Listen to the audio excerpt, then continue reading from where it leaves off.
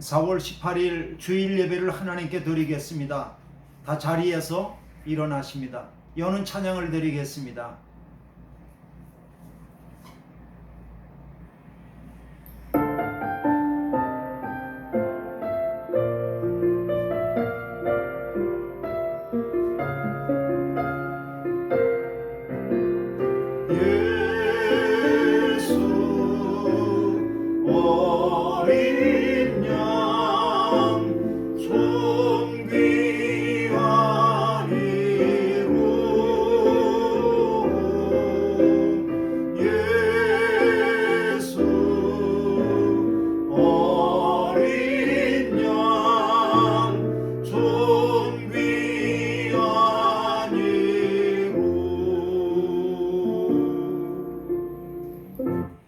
주의 성령이 내게 임하셨으니 이는 가난한 자에게 복음을 전하게 하시려고 내게 기름을 부으시고 나를 보내사 포로된 자에게 자유를, 눈먼 자에게 다시 보게 함을 전파하며 눌린 자를 자유롭게 하고 주의 은혜의 해를 전파하게 하려 하심이라. 죽으실 뿐 아니라 다시 살아나셔서 우리의 구원이 되시는 주님을 찬양하며 경배합니다. 우리의 예배를 받아 주옵소서. 예수 그리스도의 이름으로 기도하였습니다. 아멘. 찬송가 36장입니다.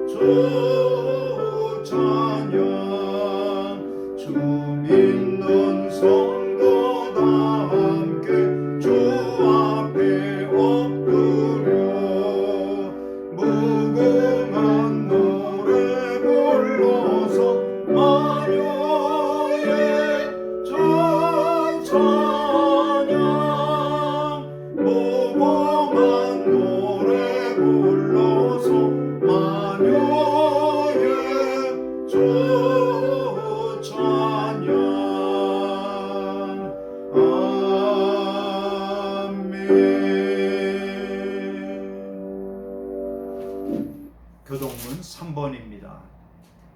교독문 3번 교독하겠습니다. 내 의의 하나님이여, 내가 부를 때에 응답하소서. 곤란 중에 나를 너그럽게 하셨사옵니. 내게 은혜를 베푸사 나의 기도를 들으소서. 인생들아, 어느 때까지 나의 영광을 바꾸어 욕되게 하며 헛된 일을 좋아하고 거짓을 구하려는가. 여호와께서 자기를 위하여 경건한 자를 택하신 줄 너희가 알지어다. 내가 그를 부를 때 여호와께서 들으시리로다. 너희는 떨며 범죄하지 말지어다. 자리에 누워 심중에 말하고 잠잠할지어다. 의의 제사를 드리고 여호와를 의지할지어다. 여러 사람의 말이 우리에게 선을 보일 자 누구냐 하오니 여호와여 주의 얼굴을 들어 우리에게 비추소서. 주께서 내 마음에 두신 기쁨은 그들의 곡식과 새 포도주가 풍성할 때보다 더 하니이다. 내가 평안히 눕고 자기도 하리니 나를 안전히 살게 하시는 이는 오직 여호와이시니이다. 아멘. 아멘. 사도신경으로 신앙을 고백하겠습니다. 전능하사 천지를 만드신 하나님 아버지를 내가 믿사오며 그 외아들 우리 주 예수 그리스도를 믿사오니 이는 성령으로 잉태하사 동정녀 마리아에게 나시고 본디오 빌라도에게 고난을 받으사 십자가에 못 박혀 죽으시고 장사한 지 사흘 만에 죽은 자 가운데에서 다시 살아나시며 하늘에 오르사 전능하신 하나님 우편에 앉아 계시다가 저리로서 산 자와 죽은 자를 심판하러 오시리라. 성령을 믿사오며 거룩한 공회와 성도가 서로 교통하는 것과 죄를 사하여 주시는 것과 몸이 다시 사는 것과 영원히 사는 것을 믿사옵나이다. 아멘. 성경 1장입니다.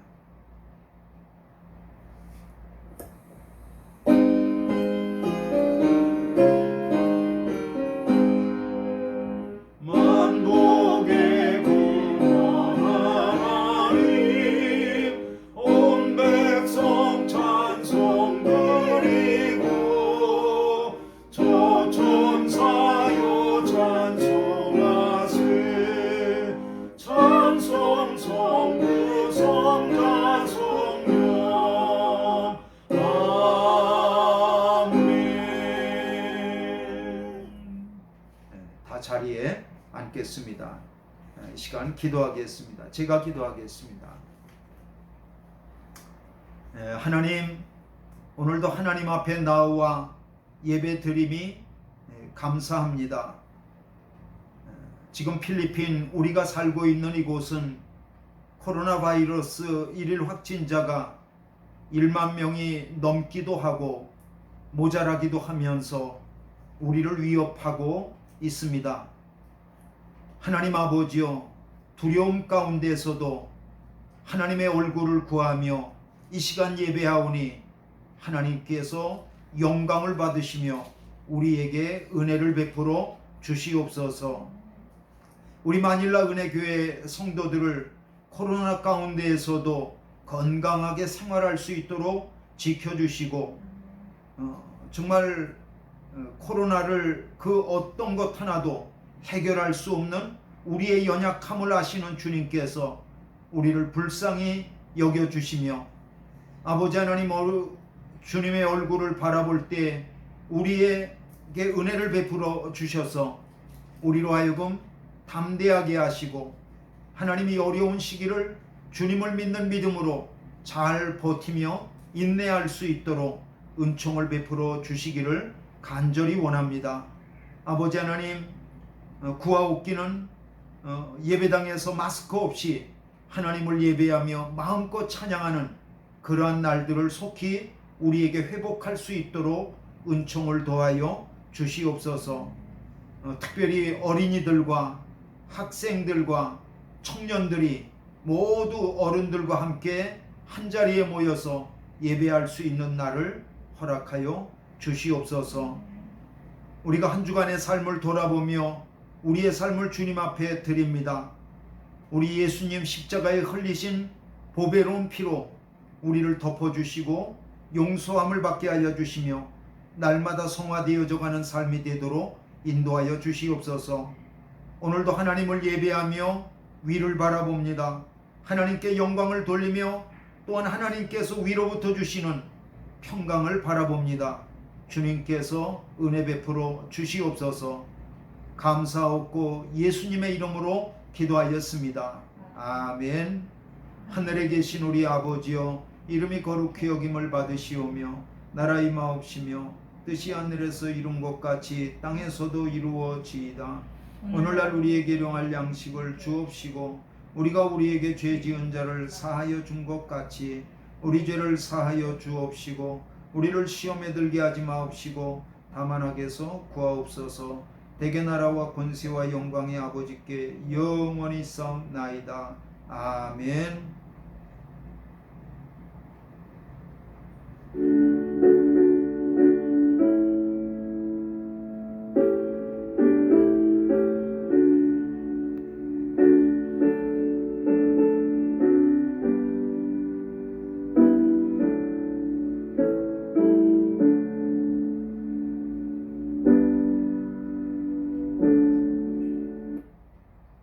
이 시간에는 하나님 앞에 드리는 예물을 손에 붙잡고 봉헌 기도를 드리겠습니다. 봉헌 기도하겠습니다. 하나님, 하나님 앞에 오늘도 예물 드리는 것이 저희에게 기쁨입니다.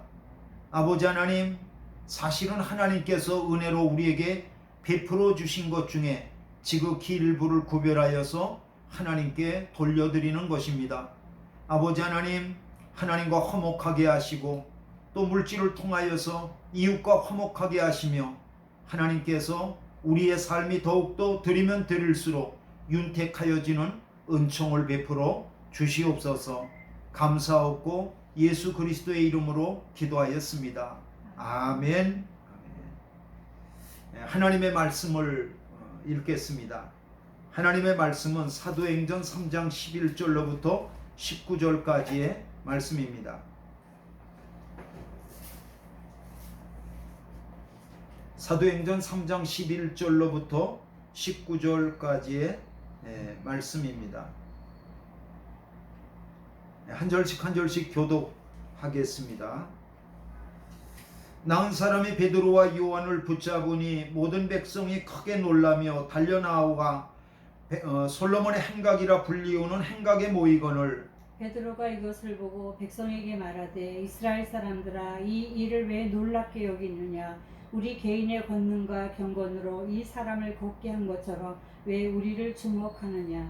아브라함과 이삭과 야곱의 하나님 곧 우리 조상의 하나님이 그의 종 예수를 영화롭게 하셨느니라. 너희가 그를 넘겨주고 빌라도가 놓아주기로 결의한 것을 너희가 그 앞에서 거부하였으니 너희가 거룩하고 의로운 일을 거부하고 도리어 살인한 사람을 놓아주기를 구하여 생명의 주를 죽였도다. 그러나 하나님이 죽은 자 가운데에서 그를 살리셨으니 우리가 이 일의 증인이라. 그 이름을 믿음으로 그 이름이 너희가 보고 아는 이 사람을 성하게 하였나니 예수로 말미암아 난 믿음이 너희 모든 사람 앞에서 이같이 완전히 낫게 하였느니라. 형제들아 너희가 알지 못하여서 그리하였으며 너희 관리들도 그리한 줄 아노라. 그러나 하나님이 모든 선지자의 입을 통하여 자기의 그리스도께서 고난 받으실 일을 미리 알게 하신 것을 이와 같이 이루셨느니라. 다 같이요. 그러므로 너희가 회개하고 돌이켜 너희 죄 없이함을 받으라. 이같이 하면 새롭게 되는 날이 주 앞으로부터 이를 것이요. 아멘. 아멘. 오늘은 사도행전 3장 11절로부터 19절까지를 본문으로 삼아서 증인이라고 하는 제목을 가지고 하나님의 말씀을 들으며 은혜를 받겠습니다. 먼저 기도하고 말씀 듣겠습니다. 하나님 아버지, 오늘도 하나님의 말씀을 듣습니다. 성령께서 오셔서 우리가 들어야 될 말씀을 깨달아 알아듣게 하여 주시고 그 말씀이 믿음이 되어져서 우리의 삶 속에 예수님의 능력과 예수님의 생기가 늘 증거되어지는 복된 삶이 되도록 인도하여 주시옵소서. 오늘도 말씀을 통해 은혜 받기를 소망하며 예수님의 이름으로 기도하였습니다. 아멘. 아멘. 오늘 우리가 사도행전 3장 11절로부터 19절까지를 읽었는데 오늘 우리가 읽은 본문은 예수님께서 부활하고 승천하신 이후에 예수님의 12 제자들 중의 한 사람인 베드로가 설교한 것을 우리에게 소개하고 있습니다. 베드로가 설교하게 됐던 이유는 이렇습니다. 베드로하고 요한이 성전에 기도하러 올라가다가 태어나서 한 번도 걸어본 적이 없는 그러한 장애자를 만나게 됐습니다. 그 장애자는 성전에 들어가는 사람들에게 구걸하기 위하여서 매일 사람들이 그를 데려다가 미문이라고 이름하는 아름다운 문, 미문이라고 이름하는 그 성전문의 앞에다가 그렇게 놓는 그런 사람이었습니다. 그 장애자는 평소와 같이 들어가는 사람들에게 손을 내밀며 구걸을 했던 거죠. 그때 마침 베드로하고 요한이 기도하러 성전에 들어가다가 그 구걸하던 장애자를 만났던 거예요. 그런데 베드로가 그 장애자를 보고 이렇게 말했습니다. 내게 은과 금은 없다. 그러나 내게 있는 것으로 내게 준다. 곧 나사렛 예수님의 이름으로 일어나 걸으라. 그렇게 말을 했던 거예요. 그랬더니 그 사람이 베드로가 선포하는 말씀을 듣고 그 말씀의 능력을 힘입어서 그 자리에서 일어나 발목과 발에 힘을 얻고 걷기도 하고 뛰기도 하면서 하나님의 하신 일을 찬양했습니다. 성전을 드나들면서 그가 성전 미문에서 구걸하던 사람이라고 하는 것을 알고 있던 모든 사람들은 정말 깜짝 놀랐습니다. 그리고 그 구걸하던 사람이 베드로하고 요한을 붙잡고 감사하고 있는 것을 보면서 그 성전에 모여 있던 많은 사람들은 베드로와 요한을 주목했습니다. 베드로하고 요한은 이때를 놓치지 않고 자기에게 모여든 사람들에게 설교를 시작했던 거죠. 이렇게 해서 시작했던 그 설교 본문이 오늘 바로 이 본문입니다.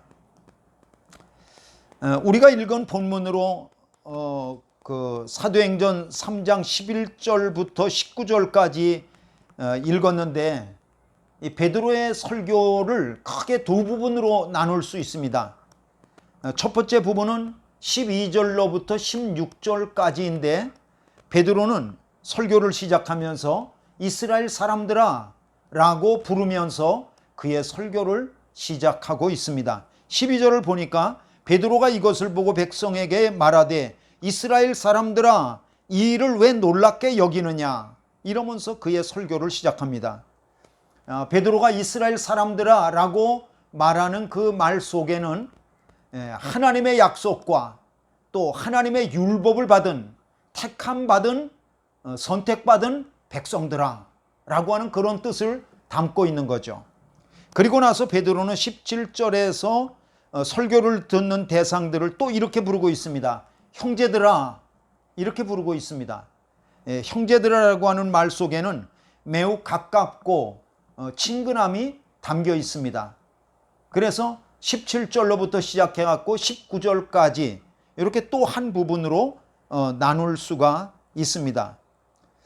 저는 오늘 베드로가 한 설교를 두 부분으로 나누어서 첫 번째 부분에서 그리고 두 번째 부분에서 베드로의 설교는 어떤 내용을 담고 있는지, 베드로의 설교를 통하여서 우리에게 주시는 하나님의 말씀은 무엇인지, 그리고 또 오늘을 믿고 살아가고 있는 우리에게는 어떻게 적용될 수 있는지, 이런 것들을 말씀을 들으면서 은혜를 받으려고 합니다.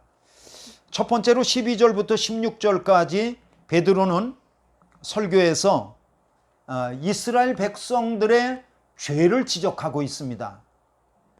더 구체적으로 말하면 지금 베드로의 설교를 듣고 있는 그 예루살렘 백성들, 예루살렘에 모여있는 이스라엘의 백성들이 바로 메시아이신 예수 그리스도를 죽였다고, 그렇게 그 죄를 지적하고 있는 것입니다. 여러분 14절로부터 15절 보겠습니다.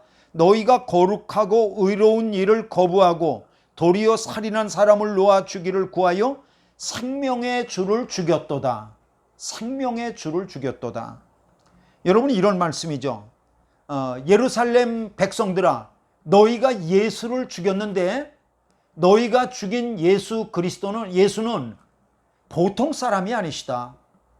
예수는 보통 사람이 아니시고 구약 성경에 예언되어지고 구약 성경에 오리라고 약속되어진 바로 메시아다. 너희가 그 메시아를 죽인 거다. 그렇게 얘기해 주는 거예요. 어떤 사람은 예수님이 개인적인 죄 때문에 십자가에 못 박혀 죽었는 줄 알고 있습니다. 그렇지 않습니다.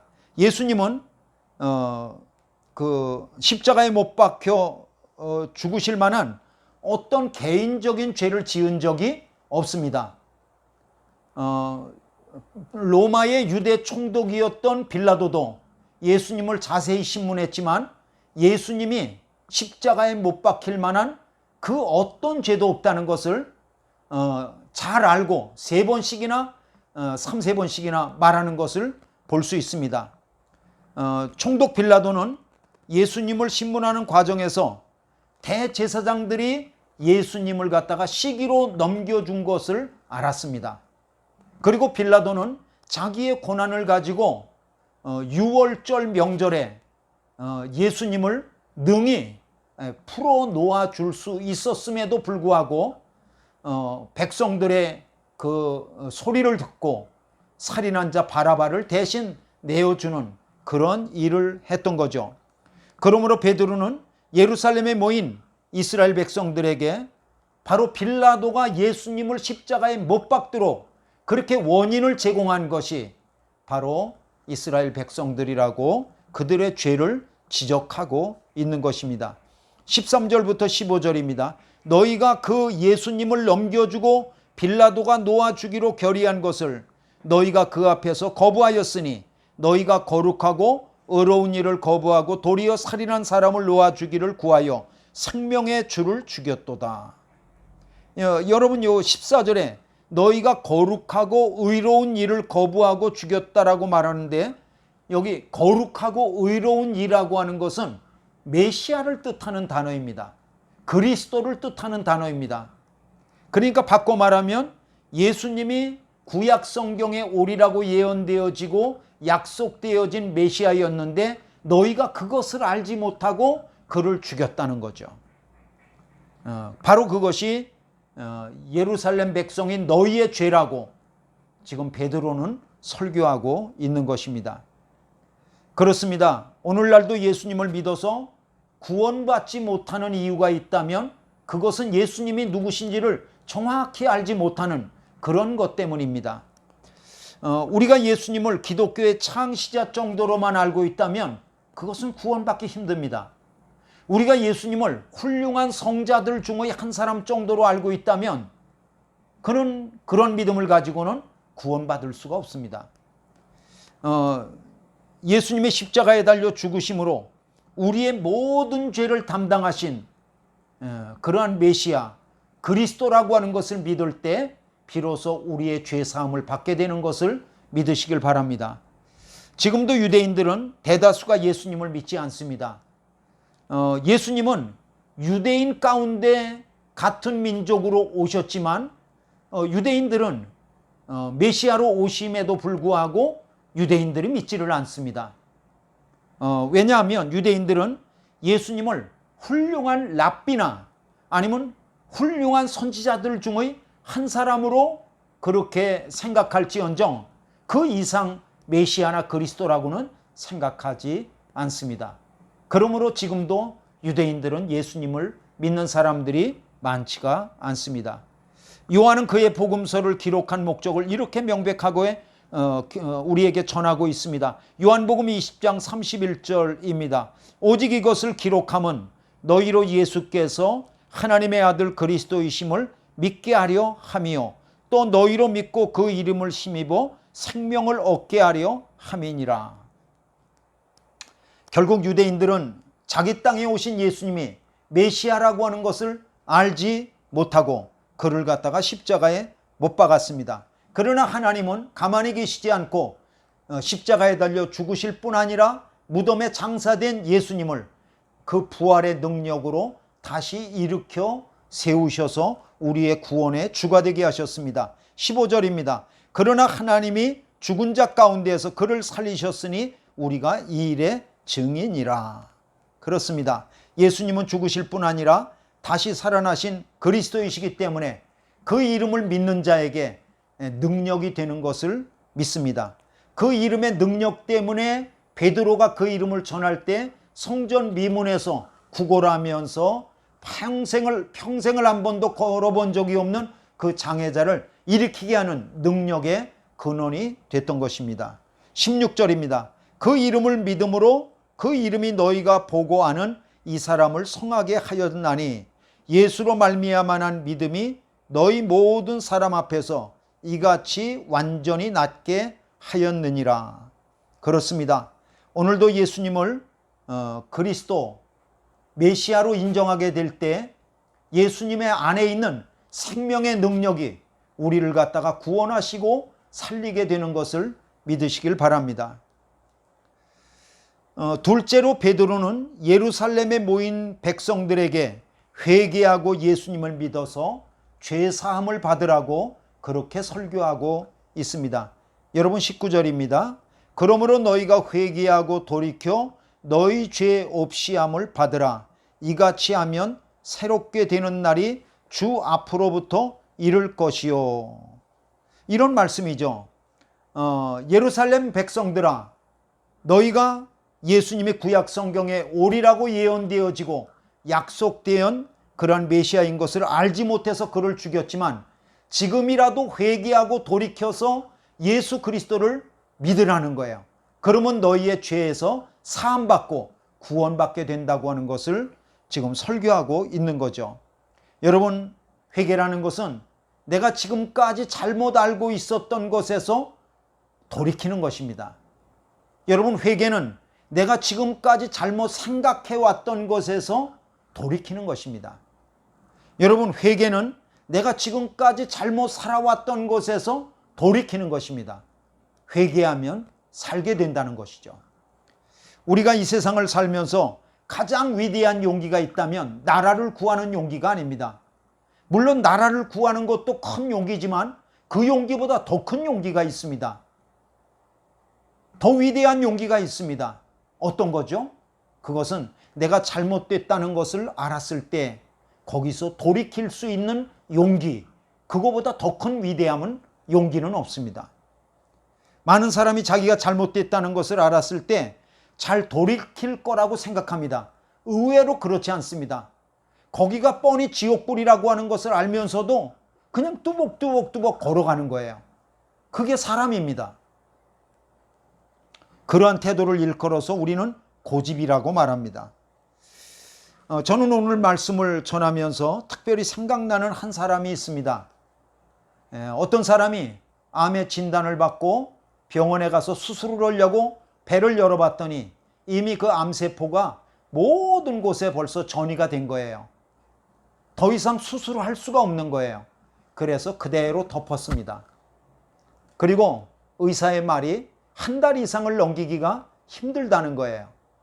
아니, 일주일도 어떻게 보면 넘기기가 힘들다는 거예요. 그래서 그분은 너무 벼락 같은 충격을 받고 집으로 돌아왔습니다.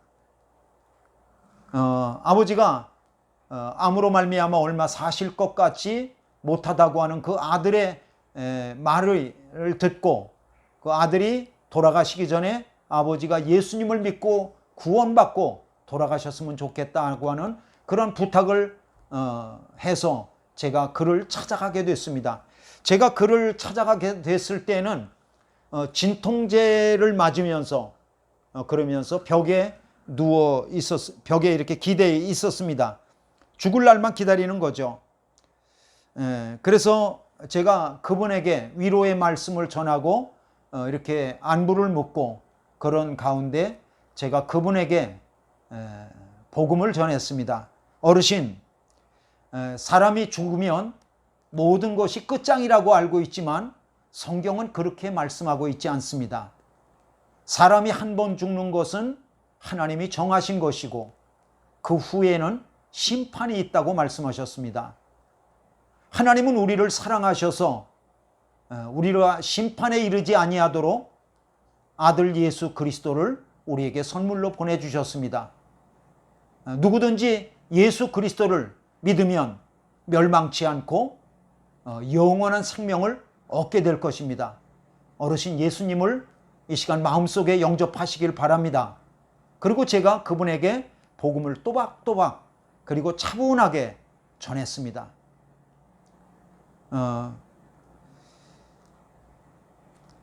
복음은 무슨 특별한 말재주를 가지고 사람에게 감동을 주기 위해서 애를 쓰는 그런 것이 아닙니다.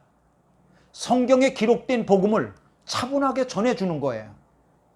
그리고 복음을 전할 때 역사하시는 분은 성령이십니다. 그리고 그 복음을 받아들이느냐 거부하느냐라고 하는 것은 그분의 몫인 거예요. 저는 한 손에 성경을 펴들고 또 다른 한 손으로 그분의 손등을 붙잡고 그리고 복음을 차근차근 전했습니다. 그랬더니 그분의 반응이 놀라웠어요. 그분은 진통제 바늘을 뽑으시면서 화를 내면서 더 이상 그런 말을 하지 말라는 거예요. 예수님을 믿지 않겠다는 거예요. 그래서 제가 조금 더 말씀을 갖다 드렸더니 더 이상 듣기 싫다고 그러면서 막 화를 내는 거예요. 저는 더 이상 어떻게 할 수가 없어서 그 집을 나와서 돌아오게 되어졌습니다. 그리고 이틀 후에 그분이 돌아가셨다고 하는 이야기를 듣고 그 아들의 부탁을 받아 장례식을 제가 집례하게 됐던 기억이 있습니다. 그때 저는 이런저런 생각을 많이 했는데 그 중에 저에게 하나가 이것입니다.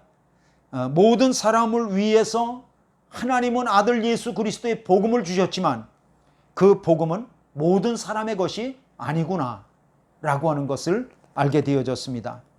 한 사람이 예수님을 안 믿는 그 불신앙의 길을 걸어가다가 복음을 믿고 회개하고 돌이켜서 예수님을 영접받고 그리고 죄사함을 받는다고 하는 것은 정말 위대한 일입니다.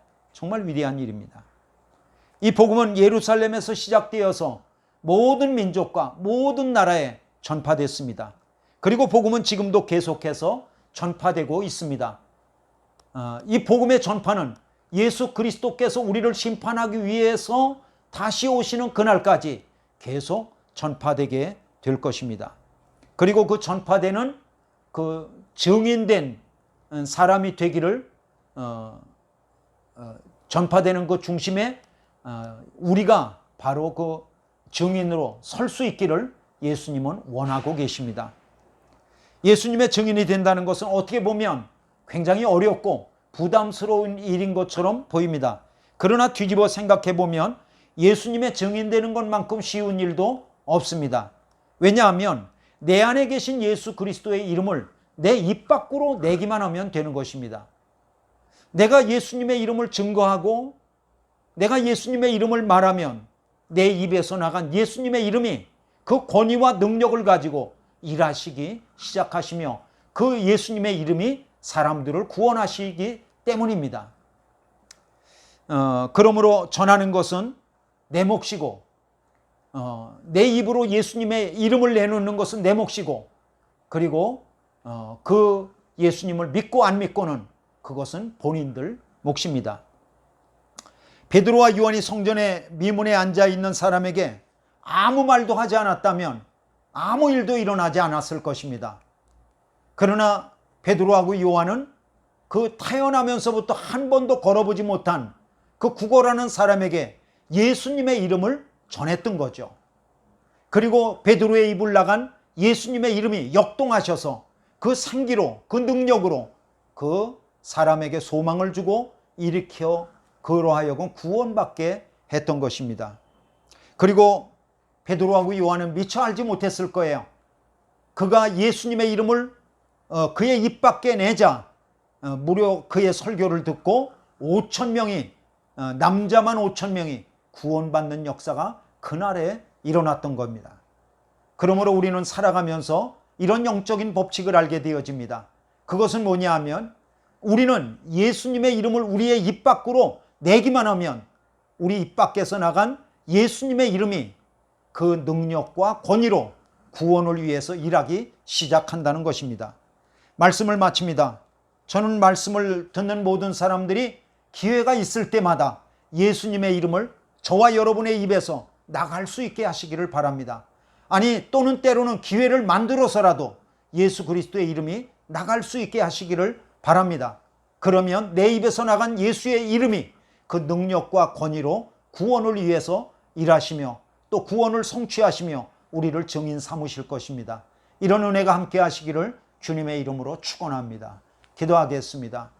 아버지 하나님, 우리의 입에서 예수의 이름을 늘 증거하는 증인된 삶을 살아갈 수 있도록 도와주시옵소서.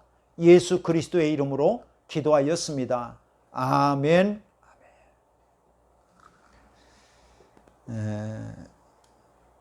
우리가 전주까지만 하더라도 ECQ 방역 상태였었는데 MECQ로다가 바뀌면서 예배당에 모여서 예배하는 것이 가능하게 되어졌습니다.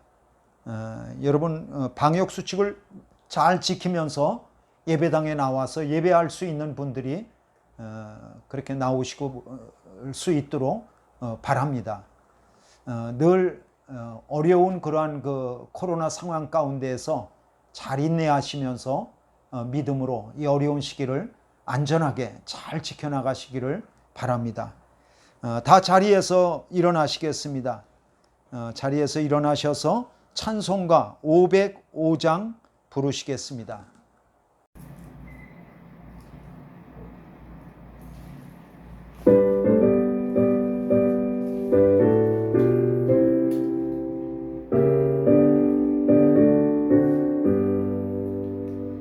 세상 위하여 나 복음 전하리 만 백성 모두 나와서 주 말씀 들으라 죄 중에 빠져서 헤매는 자들아 주님의 음성 듣고서 너 구원받아라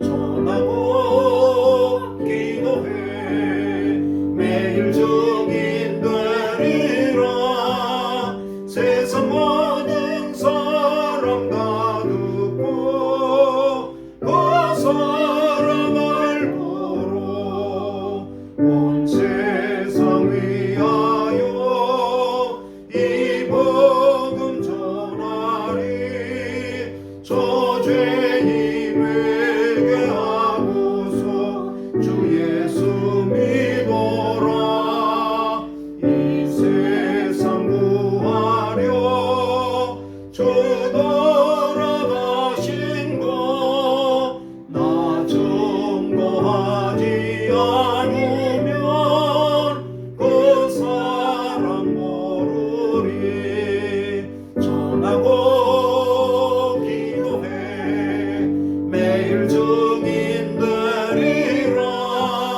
세상 모든 사람 다 듣고 그 사람을 보러 온 세상 위하여 전에 임하니 주 예수 이름 힘입어 이 복음 전하자 먼 곳에 나가서 전하지 못해도 나 어느 곳에 있던지 널 기도 힘소리 전하고 기도해 매일 증인 되리라 세상 모든 사람 다 듣고 그 사랑을 보러 아멘. 축도하심으로 예배를 마치도록 하겠습니다. 축도하겠습니다.